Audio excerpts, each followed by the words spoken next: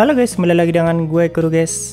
Seperti biasa di sini mari kita breakdown episode terbaru anime Kage no Chichiroku-san ni Narita-kute atau episode 14-nya. Dan sekalian gue akan jelasin scene mana aja yang kena skip dan juga berbeda dengan light novelnya. Oke, langsung aja kita masuk ke pembahasannya.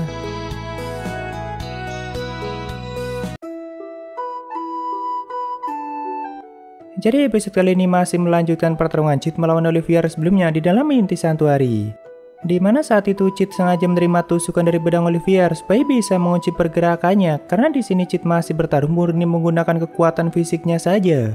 Tapi tentu setiap Chit menerima luka dari Olivier, dia sengaja menghindarkan bagian vital di tubuhnya sendiri.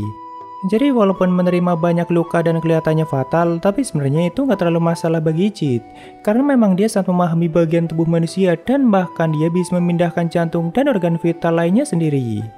Selama gue baca novelnya, Chit itu seringkali melakukan hal berbahaya seperti itu, dan bahkan sejauh ini di animenya dia sudah beberapa kali sengaja menerima serangan kuat dari orang lain.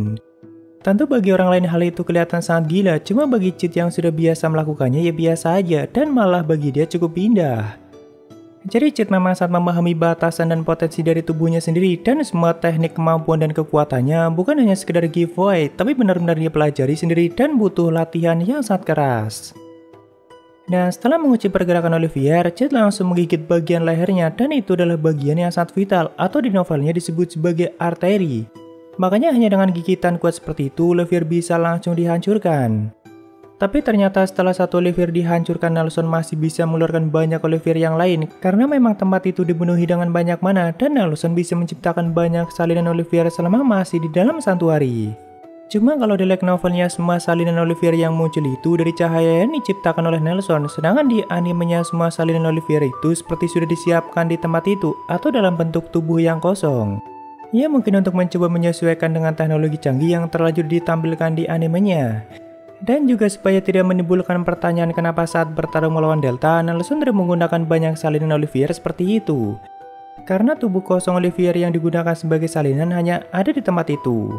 Walaupun ya di novelnya nggak seperti itu, dan tubuh asli pahlawan Olivier ya cuma satu atau bukan makhluk buatan seperti klon. Cuma sayangnya di sini Chit sudah bisa menggunakan kekuatan sihirnya kembali dengan leluasa dan bisa dengan mudah membantai para Olivier yang diciptakan oleh Nelson. Bahkan Aurora dan Nelson saja sangat kaget dan sempat mengira Chit menggunakan bantuan artefak kuno. Lalu di tengah pertarungan Chit sempat bertanya pada Aurora atau memastikan tujuan mereka akan berniat mencabut pedang untuk memutus perantai di gerbang lalu hancurkan intinya. Supaya Aurora bisa bebas selamanya dari tempat itu. Cuma bagi Chit cara itu terlalu ribet dan mending hancurkan saja semuanya. Setelah memastikannya, perlahan partikel sihir Chit mulai memenuhi tempat itu dan teknik terkuat M-Atomicnya siap untuk dilepaskan. Walaupun sesaat sebelum melepaskannya, Chit sempat menerima tusukan dari pedang Olivier dan barulah setelah itu kekuatan dari M-Atomic malah melenyapkan semua yang ada dalam jangkauannya. Cuma di momen ini Chit menggunakan M-Atomicnya yang versi lain yaitu The All Range. Tapi di light novelnya hal itu juga belum dijelaskan apa bedanya dengan versi yang biasa. Kalau menurut gue sih yang versi biasa itu hanya difokuskan pada satu target dan keberadaan yang lain yang bukan targetnya tidak akan terkena serangannya. Karena pada saat di ibu kota Midgar Alexia yang saat itu di dekat Chit masih baik-baik saja walaupun dampak kerusakannya tetap saja besar. Sedangkan untuk versi yang ini tidak hanya pada satu target dan akan langsung melenyapkan semua yang ada dalam jangkauannya. Karena di sini targetnya ada banyak dan bagi Chit mending lenyapkan semuanya sekaligus. Dan di light novelnya juga serangan dari M-Atomic sampai melenyapkan seluruh tempat suci. Setelah dilenyapkan semuanya, Chit sekali lagi sempat memasuki ruangan kekosongan. Cuma saat itu dia sempat melihat ada lengan monster yang sangat besar atau lengan kiri dia bolos, dan itulah yang menjadi inti santuari selama ini atau sama aja lengan asli Aurora. Setelah itu Chit kembali lagi ke tempat semula sebelum dirinya memasuki gerbang dan tiba-tiba dirinya sudah tiduran di pangkuan Aurora. Ya, sebelum berpisah ada beberapa hal yang mereka bicarakan di sini, terutama Aurora yang sangat berterima kasih pada Chit karena telah membebaskannya dari penjara kenangan itu. Bahkan kenangannya bersama Chit walaupun sebentar, tapi hal itu menjadi kenangan yang sangat indah bagi Aurora dan tidak ingin melupakannya. Karena berkat kejadian itu juga salah satu keinginan Aurora yang selama ini ingin diselamatkan oleh sang kesatria hebat akhirnya terkabul. Lalu sebelum menghilang sepenuhnya, Aurora berpesan, jika nanti kau bertemu dengan diriku yang sebenarnya, tolong bunuhlah aku. Walaupun tak kenapa dia namanya bunuh akunya malah dihilangkan. Dari sini kita bisa menyimpulkan kalau Aurora yang asli atau sang iblis Diabolos belum lenyap sepenuhnya dan suatu hari bisa dihidupkan kembali. Makanya Aurora yang tidak ingin lagi menyakiti siapapun berharap kalau Cid bisa membunuhnya suatu hari nanti, karena mungkin di wujud Diabolosnya Aurora punya kepribadian yang sangat berbeda. Sedangkan di tempat lain, Alexia, Rose, dan Beta tentu langsung menyadari kalau serangan dahsyat yang baru saja melenyapkan tempat suci adalah serangan Shadow. Nah, dari kejadian ini Alexia dan Rose semakin merasa tidak berguna dan lagi-lagi cuma bisa menjadi penonton tanpa bisa mengetahui apapun. Bagi mereka berdua, jika hanya diam saja dan tidak mencari tahu kebenaran mengenai apa yang sebenarnya terjadi, bisa-bisa nantinya orang-orang yang mereka sayangi juga akan menjadi korban dan keganasan dari kedua organisasi itu. Bahkan Rose dan Alexia juga tidak tahu mana yang benar dan mana yang salah, dan siapa di antara kedua organisasi itu yang sebenarnya menjadi musuh dunia. Makanya di sini Alexia mengajak Rose dan Natsume untuk membentuk aliansi dan bersama-sama mencari tahu tentang kebenaran dunia itu. Barulah setelah tahu semuanya kita akan mengambil tindakan, ya intinya begitulah yang dipikirkan Alexia. Kalau Beta di sini ya cuma ngikutin permainan kecil mereka aja dan malah menjadi keuntungan bagi Beta dan Shadow Garden. Karena sewaktu-waktu Beta bisa mendapatkan informasi dari Rose dan Alexia yang merupakan seorang putri kerajaan besar. Sedangkan Beta sendiri bisa membatasi informasi apa yang akan diberikan untuk mereka. Lalu Sin berpindah ke tengah kota suci yang saat itu semuanya hampir terendam oleh air karena tempat suci yang dihancurkan sebelumnya ada di bawah danau. Cuma ya tentu ini hanya versi animenya saja dan mungkin supaya lebih kelihatan detail. Karena dengan kejadian ini otomatis Shadow Garden semakin dikenal sebagai musuh dunia dan akibat ulah mereka kali ini tanah suci Lium yang terkena imbasnya. Jadi otomatis negara-negara besar di dunia itu terutama mereka yang menganut agama suci tidak akan tinggal diam dan semakin memusuhi Shadow Garden. Di sini ada beberapa hal yang dilaporkan Epsilon pada Alpha, yaitu mengenai pedang suci dan juga sampel inti yang pastinya sudah lenyap akibat serangan Shadow. Tapi tentu Alpha dan yang lainnya tidak akan protes mengenai hal itu karena mereka yakin apapun keputusan Shadow pasti itulah yang terbaik. Jadi mungkin niatnya Alpha itu mau masuk lagi ke Santuari untuk mengambil pedang suci dan juga sampel inti. Tapi ternyata semuanya sudah dilenyapkan oleh serangan Shadow. Tapi walaupun tidak mendapatkannya, ternyata Alpha sudah menemukan jawaban atas dugaannya selama ini, yaitu sang iblis Diabolos adalah Aurora. Di sini Epsilon juga berniat melaporkan misi berikutnya di kota Midgar nantinya pada Cid. Cuma Alpha langsung bilang tidak perlu karena dia sudah tahu semuanya. Ya begitulah sudut pandang semua anak buah Cid padanya dan mereka selalu menganggap kalau Cid pasti sudah mengetahui semuanya. Karena memang jika diberikan laporan Cidnya cuma iya aja dan seperti sudah mengetahui semuanya.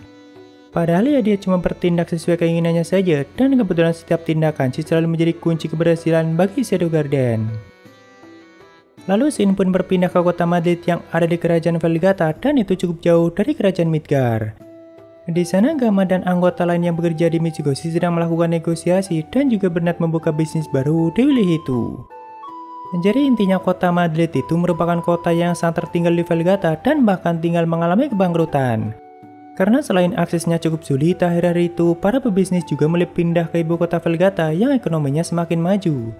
Soalnya Michigoshi sudah membuka cabang di sana dan itu sangat mempengaruhi ekonomi di wilayah sekitarnya. Makanya Pak Tua di sini rela menjual sebagian wilayah di kotanya dengan harga yang sangat murah, asalkan Michigoshi mau membuka cabang di kota itu. Awalnya sih Gamma nggak terlalu tertarik, tapi setelah melakukan penyelidikan dan ternyata di wilayah itu menyimpan banyak minyak bumi, tentu Gamma langsung membeli semuanya. Ya andaikan Cid tahu kalau anak buahnya sekaya ini dan dengan mudahnya membeli wilayah sebanyak itu. Lalu setelah itu ada beberapa scene cepat yang menampilkan kesibukan anggota Shadow Garden. Seperti si Eta yang ada di wilayah bersalju sambil ditemani oleh para penguin. Lalu Eta yang seperti biasa sampai tertidur setelah melakukan pekerjaannya dan Datla yang ternyata masih belum kembali ke markas setelah misi sebelumnya. Mungkin dia masih belum puas karena sebelumnya dia dipaksa pulang oleh Alpha dan tidak sempat melawan musuh puas seperti Olivier. Kata Beta sih dia akan kembali sendiri jika sudah kedinginan. Ya mungkin jika sudah mendapatkan mangsa atau buruan yang besar seperti gajah atau beruang yang besar, baru Delta pulang dan memamerkannya pada yang lain. Karena biasanya kan seperti itu. Lalu Epsilon, Beta, Kai, dan Omega sedang melakukan kesibukannya masing-masing di markas utama Shadow Garden. Alpha yang melihat mereka sempat melamun dan mengingat kembali masa-masa saat mereka bertujuh masih tinggal bersama dan masih sangat muda. Sebenarnya semua scene itu adalah scene original atau tambahan dari animenya sendiri. Tapi jujur bagi gue itu bagus banget dan kita bisa tahu apa sih yang mereka lakukan setelah menyelesaikan misi. Walaupun hanya ditampilkan secara sekilas, tapi entah kenapa gue merasa senang saat menontonnya. Apalagi saat melihat scene ini, gue sempat berpikir apakah jangan-jangan kebahagiaan sederhana seperti itulah yang diimpikan Alpha selama ini. Ya walaupun untuk mewujudkan hal sederhana seperti itu bukan hal yang mudah dan Alpha sangat memahami itu. Memang Alpha itu sudah seperti kakak bagi mereka berenam dan memang beneran sang Alpha guys. Sebenarnya di light novelnya di chapter ini sempat diceritakan mengenai masa lalu Delta sebelum ditemukan oleh Alpha dan Chit. Cuma mungkin di animenya bakalan diceritakan di episode kedepannya atau mungkin saja emang beneran kena skip. Jadi kalau kalian penasaran dan tidak sabar ingin melihatnya, kalian bisa tonton aja di konten pembahasan novel yang ini guys. Di situ gue udah ceritakan masa lalu Delta dengan cukup detail seperti di light novelnya. Lalu setelah itu ada juga scene mengenai pertengkaran kecil antara Beta dengan Epsilon. Tapi scene itu sudah ditampilkan di episode 9-nya dan sangat-sangat dimajuin. Jadi di novelnya kan Epsilon dilirik dulu opainya oleh Chit di kota suci, baru setelah misi selesai dia langsung pamer pada Beta dan itu membuat Beta sangat cemburu. Namun kalau di animenya sama aja pamer dulu baru kejadian dan gua gak ngerti kenapa dibikin seperti itu. Setelah itu di sini ada scene yang memperlihatkan Alexia dan Aris sedang menikmati pemandian dari panas. Tapi Alexia juga sekalian melaporkan mengenai apa yang terjadi di kota suci. Walaupun kata Iris kerajaan Midgard juga tidak bisa mengambil tindakan apapun karena ayah mereka atau sang raja tidak mengizinkannya. Karena memang jika Midgard sembarangan bertindak, mereka sama aja memancing permusuhan dengan pihak gereja atau agama suci. Apalagi sebentar lagi perwakilan dari kerajaan Oriana yang menjadi sekutu mereka akan datang dan menghadiri festival Busin. Jadi cara satu-satunya adalah mendapatkan dukungan dari banyak pihak lain dan Iris akan berusaha melakukan itu yaitu dengan memenangkan festival Busin. Di sini Alexia juga menjelaskan ancaman mengerikan dari sekte dan Shadow Guardian yang bisa terjadi kapanpun. Karena memang Alexia sudah beberapa kali melihat langsung kekuatan Shadow dan itu sangat dahsyat. Walaupun sang Tuan Putri Aris mengatakan untuk tidak usah khawatir mengenai hal itu karena pedangku tak akan kalah dan bahkan Aris masih menganggap kalau Shadow Guardian itu menggunakan bantuan dari artefak kuno. Yaitu karena dia nggak mau menerima kenyataan aja sih dan mungkin dikasih salah satu number saja udah lebih dari cukup. Sebenarnya scene ini harusnya ada di episode 6-nya dan gue pikir sengaja dihilangkan di animenya supaya Iris nggak kelihatan konyol banget. Tapi ternyata cuma dibalik aja dan tetap ditampilkan di animenya. Lalu setelah selesai mandi, di sini kita bisa mendengar dua sabetan yang sangat keras dan gue sangat yakin kalau Alexia baru saja menyabat selangkangannya sendiri atau menirukan Chit. Ya semoga aja nggak sampai melukai kulitnya. Setelah itu, scene berpindah ke tempat Rosoriana yang sedang berlatih di bawah rintiknya hujan. Karena sebentar lagi dia juga akan ikut dalam festival Busin untuk menjadi perwakilan dari Akademi Midgard. Di sini Rose sempat mengingat kembali permainan bedang dari orang misterius yang pernah menyelamatkannya sewaktu kecil dan bagi Rose permainan bedang orang itu sangat indah. Kalau di novelnya juga diceritakan kalau permainan bedang orang itulah yang menginspirasi Rose untuk menjadi ksatria hebat dan menjalani pendidikan di Akademi. Jadi kerajaan Oriana itu sebenarnya dikenal dengan kerajaan seni dan di sana seni merupakan segalanya. Nah, otomatis Rose menjadi putri kerajaan Oriana dari kecil dituntut untuk menguasai banyak seni dan bukan malah belajar bela diri atau menjadi ksatria. Justru menjadi ksatria di Oriana itu dianggap sebagai orang yang barbar dan punya kedudukan yang lebih rendah. Tapi Rose sendiri tidak peduli mengenai hal itu dan tetap mengambil jalannya sendiri walaupun mendapat banyak kecaman dari rakyatnya. Di sini saat berlatih tiba-tiba ada tanda misterius yang muncul di tubuhnya dan jelas itu merupakan gejala kerasukan atau yang berarti Rose juga merupakan salah satu keturunan pahlawan. Lalu di novelnya juga dijelaskan kalau belum lama itu Rose mendapatkan surat dari ayahnya yang berniat datang ke kota Midgard untuk menghadiri festival Busin.